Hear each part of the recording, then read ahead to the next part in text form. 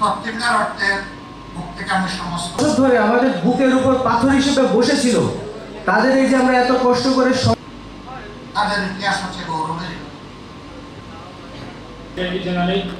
খুলনা মহানগরের আমির জামাত এবং সেই বিপ্লবের মহান অংশীদার যারা দুনিয়ায় যুগ যুগ ধরে স্মরণীয় হয়ে থাকবে, আখিরাতে আল্লাহর কাছে মর্যাদা পাবেন।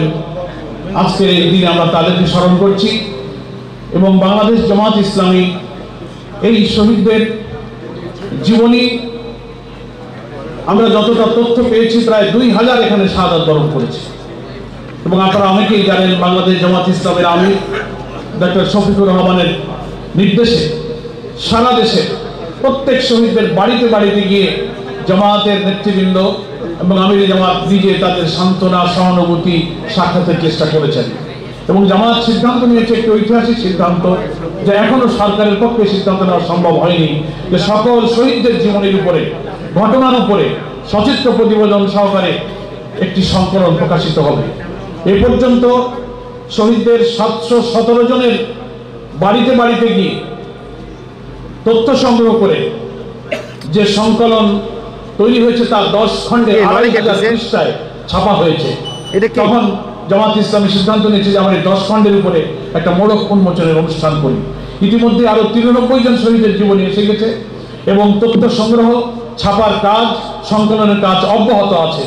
মানবাধিকার, গণতন্ত্র, আমাদের ধর্মীয় মূল্যবোধ, আমাদের জাতিসত্তা, আমাদের স্বাধীনতা, মানুষের অর্থনৈতিক অধিকার, সামাজিক সুবিচার, আমাদের সাম্য, ন্যায় বিচার, সংবাদপত্রের স্বাধীনতা, মানুষের জীবনের মৌলিক সবকিছুকে তছনছ করে দিয়ে হত্যা, খুন, গুম, ফাঁসি, নিষ্ঠুর নির্যাতনের বর্বর ইতিহাস সৃষ্টি করেছিল মানবতার হত্যাকারীর সবচেয়ে বড় মাস্টার মাইন্ড হচ্ছে শেখ হাসিনা। এবং জনতার উত্তাল আন্দোলনে, কোটি কোটি মানুষের উত্তাল আন্দোলনে 5ই আগস্ট গণভবন থেকে ইতিহাসের সবচেয়ে ভিন্ন ফ্যাসিস্ট সে এবং তার বোন হেলিকপ্টারে পালিয়ে ভারতে যেতে বাধ্য হয়েছে। আমরা পৃথিবীতে অনেক স্বৈরাচারের পতনের ইতিহাস দেখেছি, কিন্তু এত নির্লজ্জ, এত বেহায়া, এত নিষ্ঠুর, যারা দেশের মানুষকে, নিরস্ত্র মানুষের উপরে হেলিকপ্টারে দিয়ে গুলি চালিয়ে হত্যা করতে পারে, নিহত লাশকে আগুনে পুড়িয়ে ছাই করে দিতে পারে, প্রতিদিনের শত শত লোক গুলি করতে পারে, ইন্টারনেট বন্ধ করে দিয়ে কারফিউ জারি করে দেখামাত্র গুলির নির্দেশ দিয়ে যারা অধিকারের জন্য আন্দোলন করেছে সেই অধিকারকে ভুলুণ্ঠিত করার জন্য একটা আন্দোলনকে তারা দমিয়ে দিতে পারে। 15টা বছর আমরা রাজনৈতিক দলের নেতৃবৃন্দ এই ফ্যাসিবাদ বিরোধী আন্দোলন করেছি, অনেক রক্ত আমাদের ঝরেছে, অনেক মানুষ কারারুদ্ধ হয়েছে, জীবন দিয়েছে, কিন্তু আমরা সফলতার মঞ্জিলে উঠতে পারিনি। কিন্তু আমাদের সন্তানেরা, সোনার টুকরা ছাত্ররা কিন্তু তারা প্রথমত তাদের অধিকার কোটার জন্য আন্দোলন করলো। সেই অধিকারের আন্দোলনকে এই ফ্যাসিস্ট হাসিনা সকলকে রাজাকার বলে ঘৃণিত করে তারা বিকৃত করলো।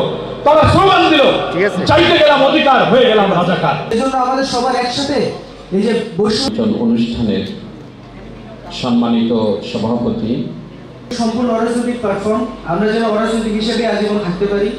যে শহীদ বললে তাকে গুম হতে হতো, খুন হতে হতো, আজকে টক শোতে কথা বলার পরে